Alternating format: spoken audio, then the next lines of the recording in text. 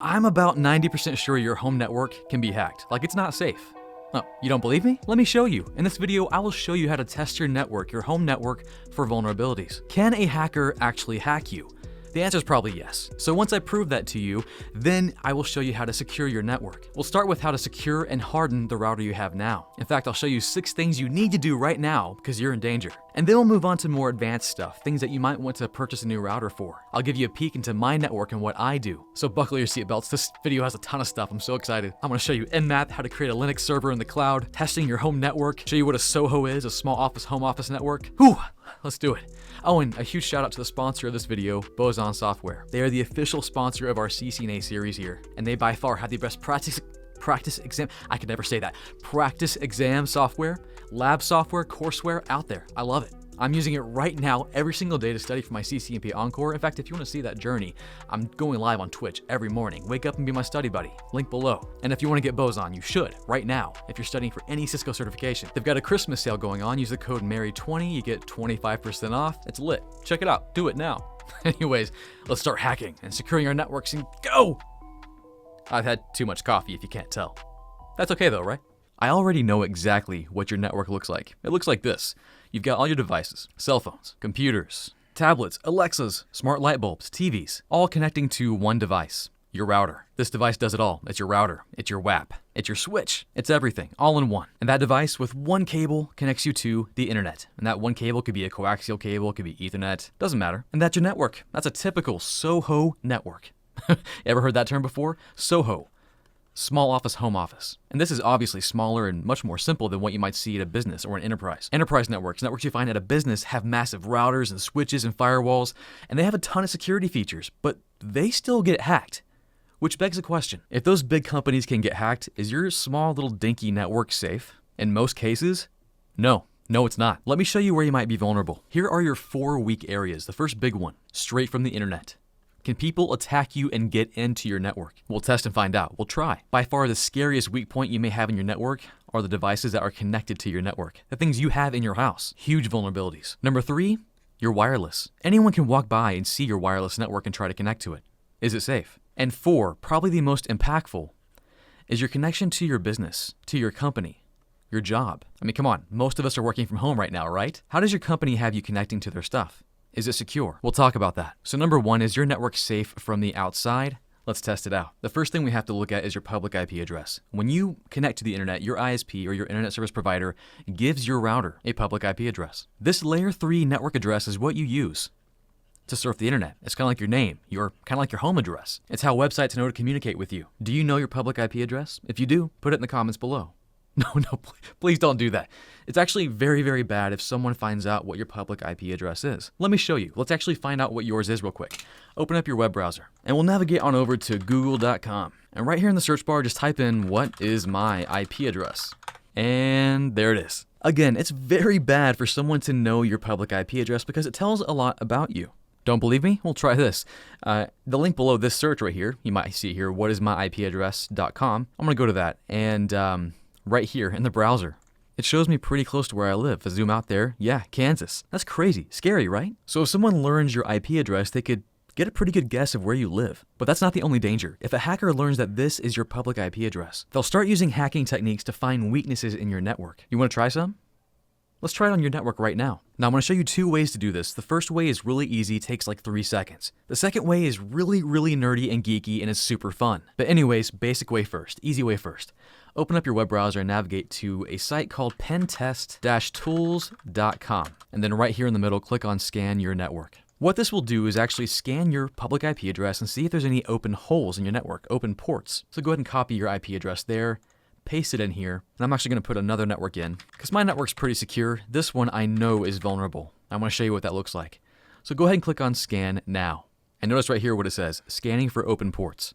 What does that mean? Ports are literally holes in your network. So like right now, your network, your router probably has a firewall. And what that does is protect anything from the outside from getting in. But what you can do if you want to use some cool things, like maybe you have a website inside your network, you might open up a hole. Maybe that hole is port 80 or HTTP. That will allow people to access your public IP address at port 80 and get to something behind your firewall. Maybe you have a website running on your laptop or something, just something fun you did, maybe a little project you did, and then you forgot about it. Maybe you shut your website down, but that hole might still be there. That's a bad thing. Ideally, you don't want any holes in your network at all. Nothing's coming in. So looking back at our scan results, let's see how vulnerable I am. I'm going to scroll down to the free stuff here. It found an open port. A very popular one, actually, 3389. That's remote desktop. You never, ever want to leave that port open on your network. Now, what did you find? Do you have any ports open on your network?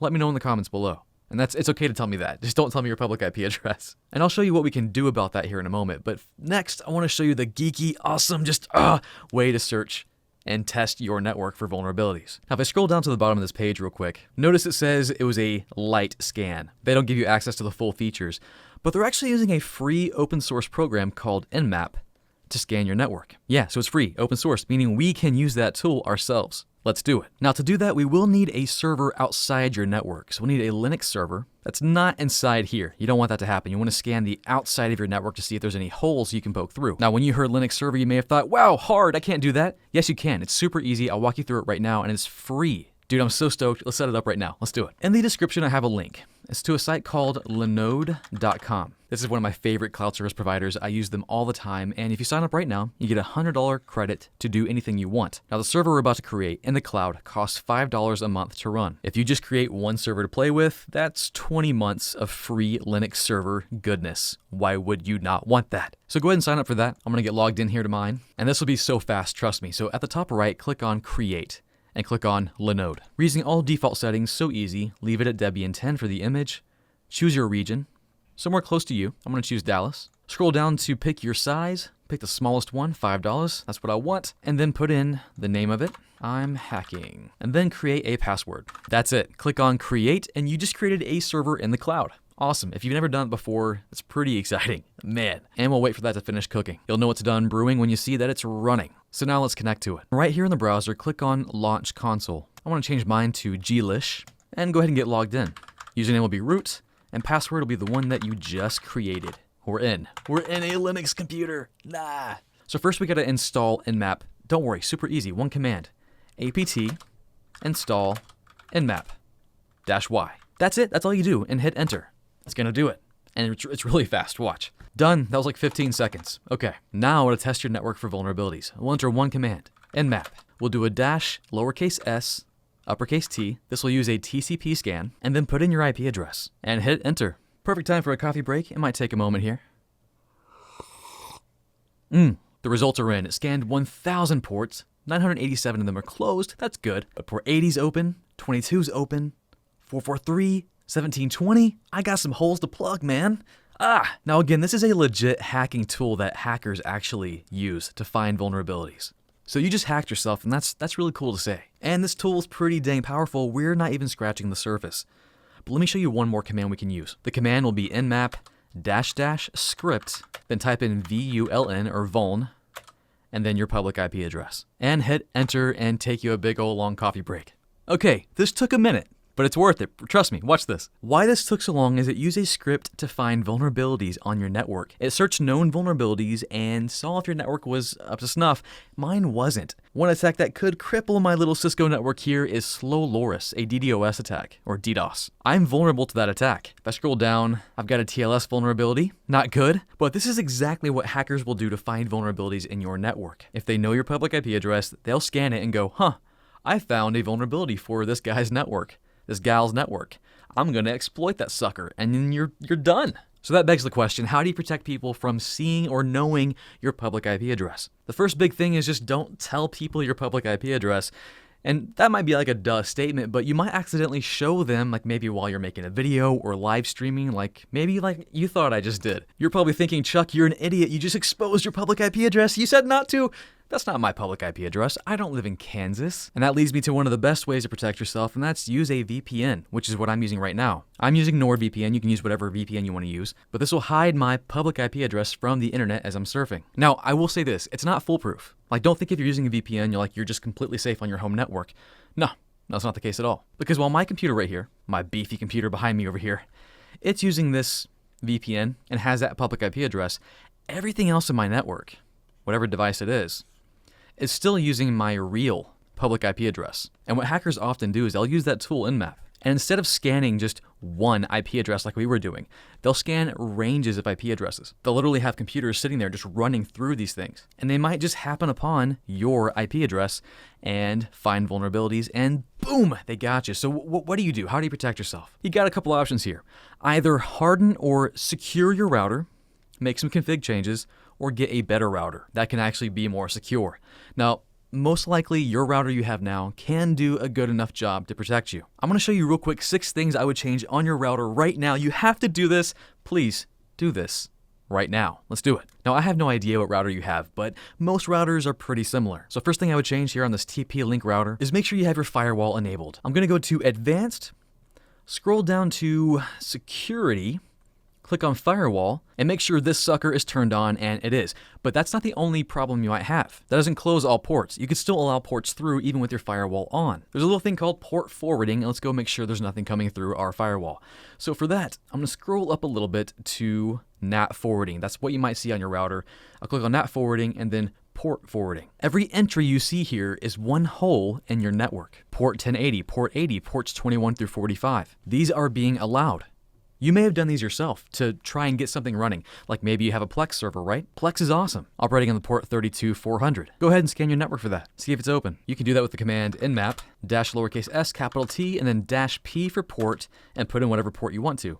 32400 for Plex, and then your public IP address. It'll tell you if it's open or not. So best practice, close all your stinking ports. Don't let anything in from the outside. You might be thinking, Chuck, but I want to access my stuff from the outside. I want to do that. No. I'll show you a better way. Just don't do it this way, please. And that was number 2, by the way. So number 1, turn on your firewall. Number 2, turn off port forwarding. Don't forward stuff into your network. 3, and one of the biggest ones, oh my gosh, don't do this, please. Go to System and go to Administration. I'm going to scroll down here and try to find this setting. Let me scroll here. Where is it? Oh, right here.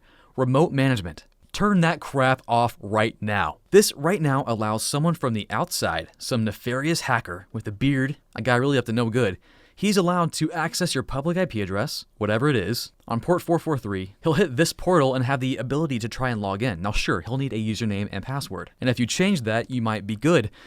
Did you change your username and password on your router?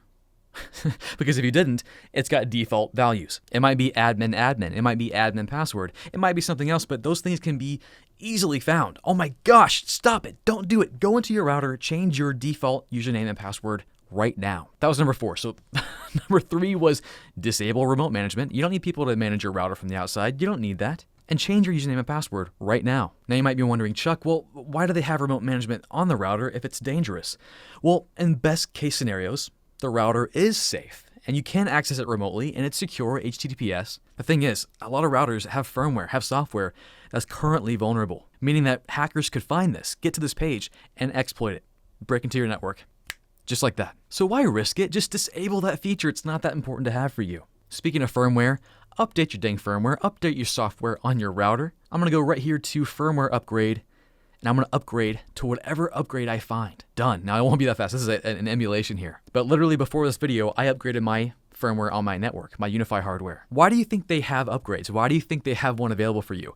Because they're doing one of 2 things. They have a new feature, or they found a vulnerability with their hardware and software, and they're patching it, they're fixing it. So if you have hardware right now in your network that has not been updated, it's likely it has a vulnerability that hackers can exploit. Man, you might already be hacked right now. Ooh, scary, right? And number 6, this comes down to wireless. I'm gonna go to wireless right now. Wireless settings. Just two things real quick. Actually 3. Security, make sure you're using WPA2 always, and WPA3 when it comes out. Always use the most secure standard out there you can. 2, man, don't use a password like this, please. And don't use an SSID like this. Like when you go to connect to your Wi-Fi, this is the name of your wireless network. If you have your network named TP-Link or anything default, that will tell the hacker as they're driving by, they do that. It's called war driving. They'll drive around neighborhoods and try to find wireless. They'll have like this crazy powerful Wi-Fi detector. They'll try to find wireless networks that they can hack. And if they see the one that says TP-Link, well, they just learned what kind of router you have, and they'll start searching for TP-Link vulnerabilities, and you're done. You're toast, man. So name your SSID something else, something random. Coffee, Harry Potter, whatever. I do Harry Potter themed in my network. And then make a strong password, make it crazy. I do random generated strings that are like 20 characters long. It sucks to put those suckers in, trust me. And you might be thinking, Chuck, well, how do I give that password to my guests? That would be such a pain. Don't give that password to your guest. Don't let guests onto your main network. Don't do that. Give them their own network that doesn't touch your stuff. That's one thing I would do. So this particular wireless device, this router, has a guest network feature. If you have that, check to see if you do and enable it. If you don't, you might want to get a new router. We'll cover that here in a moment. I'll give you my recommendations. Oh, and bonus, I forgot. So I said 6. Here's number 7. 7's lucky anyway. Go back to, let's see, security and firewall. Right here, respond to pings from LAN and WAN. What this means is that if you send a ping to your network device, meaning just a simple, hey, you there? He'll respond back with saying, yes, I'm here. It's a common network thing we do all the time just to see if things are up and running. For security, you don't want that on. You want everything off, especially your WAN. So disable that. Why? Well, because as a hacker's trying to scan ranges of networks to see if there's a network device available he can hack, if he scans your public IP address, you don't want your router to respond. You don't want that to happen. You want your router to go, nope, no one here. Just pass right along. That's what you want to happen. You want to fly under the radar. Keep yourself safe. Anyways, so adjust your router. In fact, don't just do your router. Go to your family's house, go to your friends' houses, and make sure their routers are secure. Harden their routers, secure their routers. And that's really for your benefit because when you go to your families and friends' houses, right, you probably use their Wi-Fi networks. Do you want to put yourself on an insecure network? Man, so secure. Whew, too much coffee. So we just covered number 1 and number 3, people getting into your network from the outside, and also kind of securing and hardening your Wi-Fi, make sure you have a good password and stuff. But now, the most dangerous thing I think out there that we don't expect, that's hard to find and realize, it's the things on your network. Number 2 is freaking scary because it's the devices you don't expect to be bad. Alexa, light bulbs, your smart light bulbs that have Wi-Fi connection. All those IoT devices, that's risky, man. Why? Let me show you real quick. You may have done a great job not letting anything into your network from the outside. Cool, awesome, great. But everything on your network on the inside, you, like using your phone, your computer, everything on your internal network is allowed to access pretty much whatever they want on the internet. So they can go through or out, and then whatever server they communicate with. Let's say you're going to Facebook or YouTube, like right now you're watching YouTube. Well, YouTube is then allowed to send stuff back through to you. That's how it works. If I go to YouTube and I'm like, hey, YouTube, talk to me. Send me some videos. It'll send you videos back, and that's allowed through the firewall. That communication's allowed. So if it's allowed for you, your computer, your phones, it's also allowed for your smart light bulb over here and your smart TV. All of those devices are communicating to the internet. They are right now, just like you can. The problem is we don't know who they're communicating with. It could be a legit service they need, like your light bulb may be reaching out to its manufacturer server and pulling down a firmware upgrade. Okay, that's a good thing. Or this light bulb could be reaching out to a foreign website, maybe a Chinese website. Maybe a hacker was able to find a vulnerability with that particular light bulb, and through that communication was able to hack your light bulb, and suddenly that hacker is on your network. It might be your light bulb, it might be your TV, your smart toilet, whatever you have, because pretty much everything in our houses is smart now, at least mine is. All of that would be seen as legitimate communication on your firewall, a basic firewall. I'll go into what I mean by that here in a moment, and it would be allowed. And right now, your network could be compromised and you wouldn't even know it. That's terrifying. So what are your options right now? Let me show you what I do with my network. Here's my design right now. NetworkChuck's network. Here's how I handle my dangerous IoT devices. Now, like all of you, I have a wireless network that I access and use. I call it port key. Anyone know where that's from? Let me know below. This is my main wireless network where all my phones, tablets, computers, laptops, whatever, everything that people use, we get on that. Basically devices that I pretty much trust. For my IoT devices, I say I don't trust you guys at all, so I'm going to put you on your own separate network.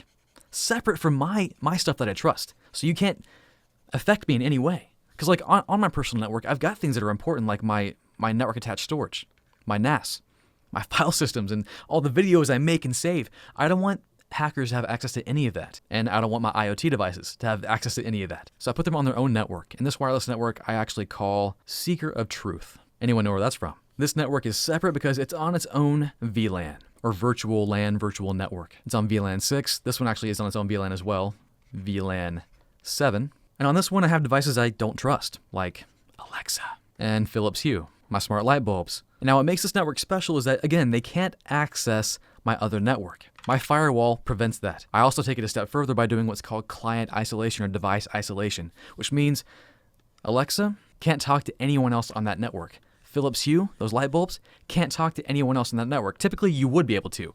She could talk to Philips Hue, and Philips Hue could talk to her. That's how a network works. It connects devices so they can talk. But with client isolation, it prevents those devices from talking to any other device on the network.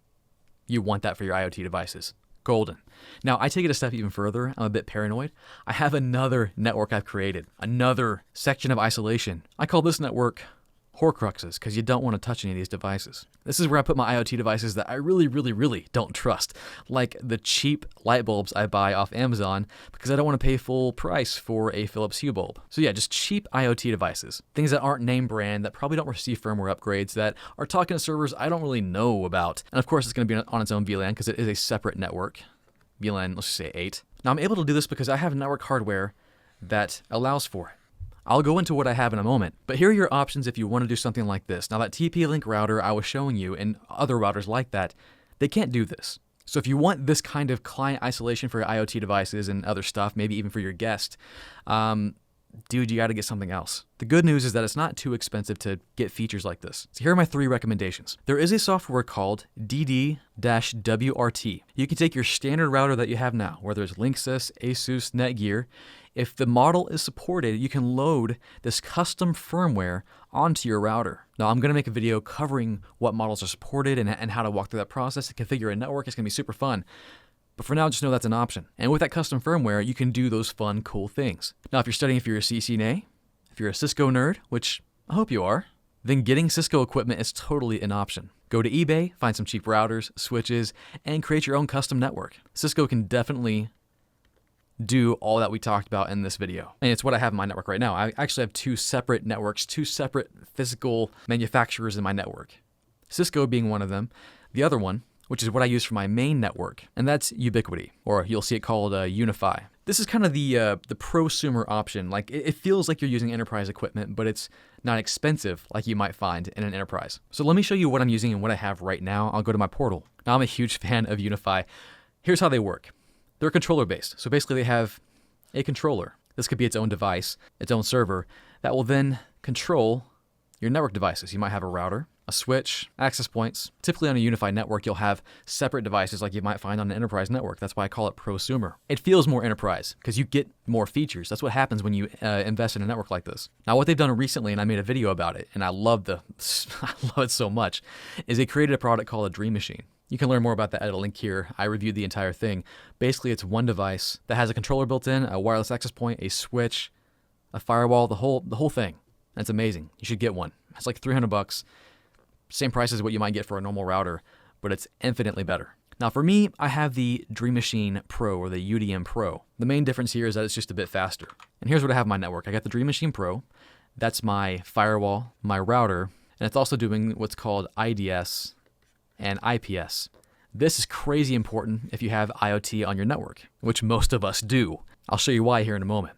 Also on my network, I have 2 switches and 3 access points. One is obviously down right now. And so while this is technically a home network, it's more like an enterprise network. This is what a typical enterprise network might feel like. So if you want to put an enterprise network in your home and have that look and feel, go with this.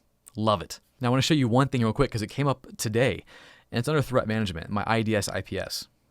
I'm going to go to threat management right now. My IDS and IPS, my intrusion detection system and my intrusion protection system, found 3 threats on my network. Now, these weren't threats coming from the outside in. They were threats coming from the inside, accessing something outside. Let me show you. I'll go to my traffic log here. It's telling me a network Trojan was detected. It shows me what devices were trying to reach out to it and where it was going. With the IDS, it'll just tell you it's happening and say, hey, fix it.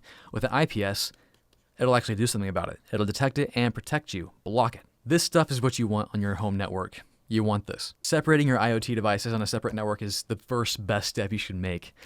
But then having an active monitoring system where it's constantly downloading the latest vulnerabilities and threats and checking your network for those is what you want. This is turning into a Unify commercial, I'm sorry.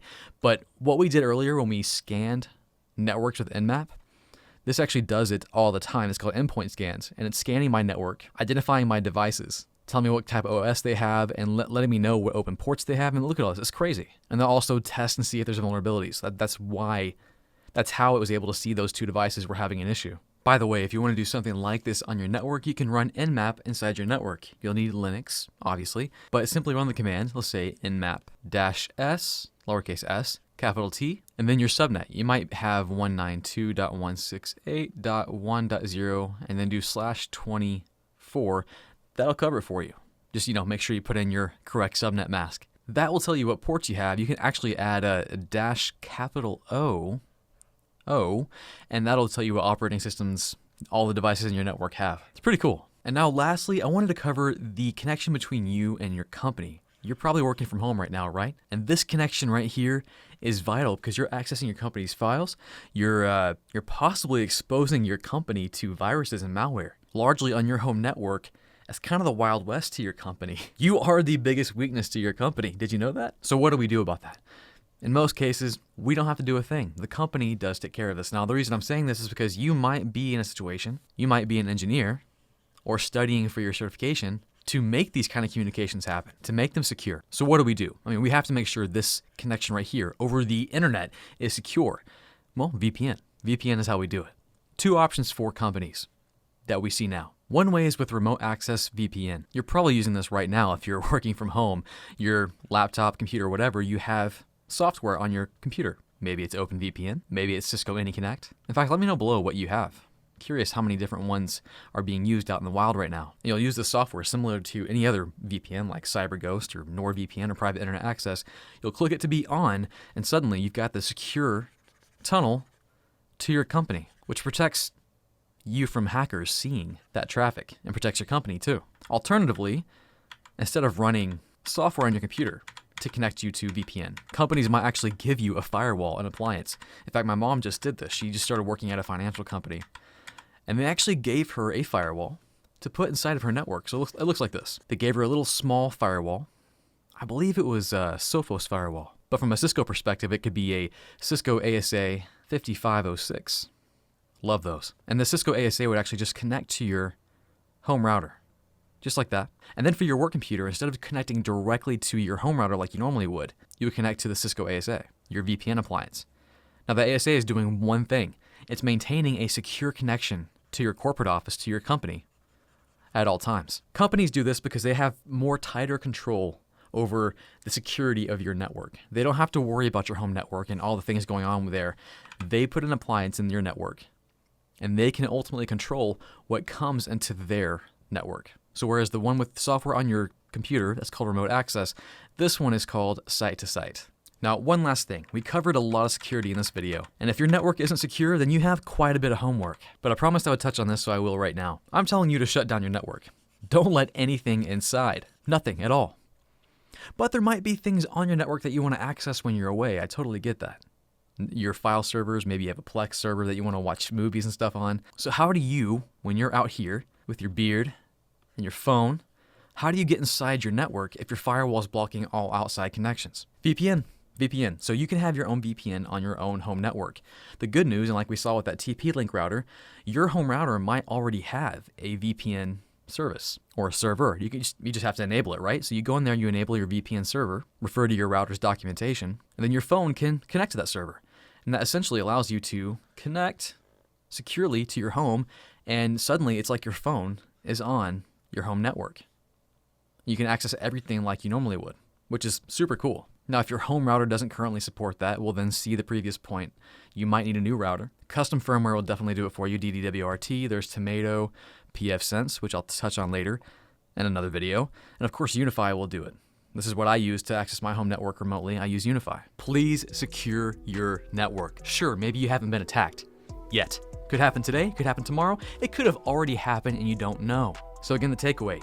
Harden and secure your router, your friends' routers, your family's routers, and if you feel they're not secure enough, get a new one. It's a good investment. And if you're studying for a Cisco certification, if you're trying to get your CCNA, CCNP, whatever, it's worth the investment to buy some Cisco equipment off eBay and make that your home network. Such a fun experience. You should definitely try it. Well, guys, that's about all I have. Let me know what you think of the video in the comments below. And if you like the video, hit that like button. If you want to subscribe and hit that notification bell so you can be notified when I post videos. And again, huge shout out to our sponsor, Boson Software. Again, best CCNA lab, courseware, practice exams, everything. It's the best. It's what I'm currently using now to study for my CCNP Encore.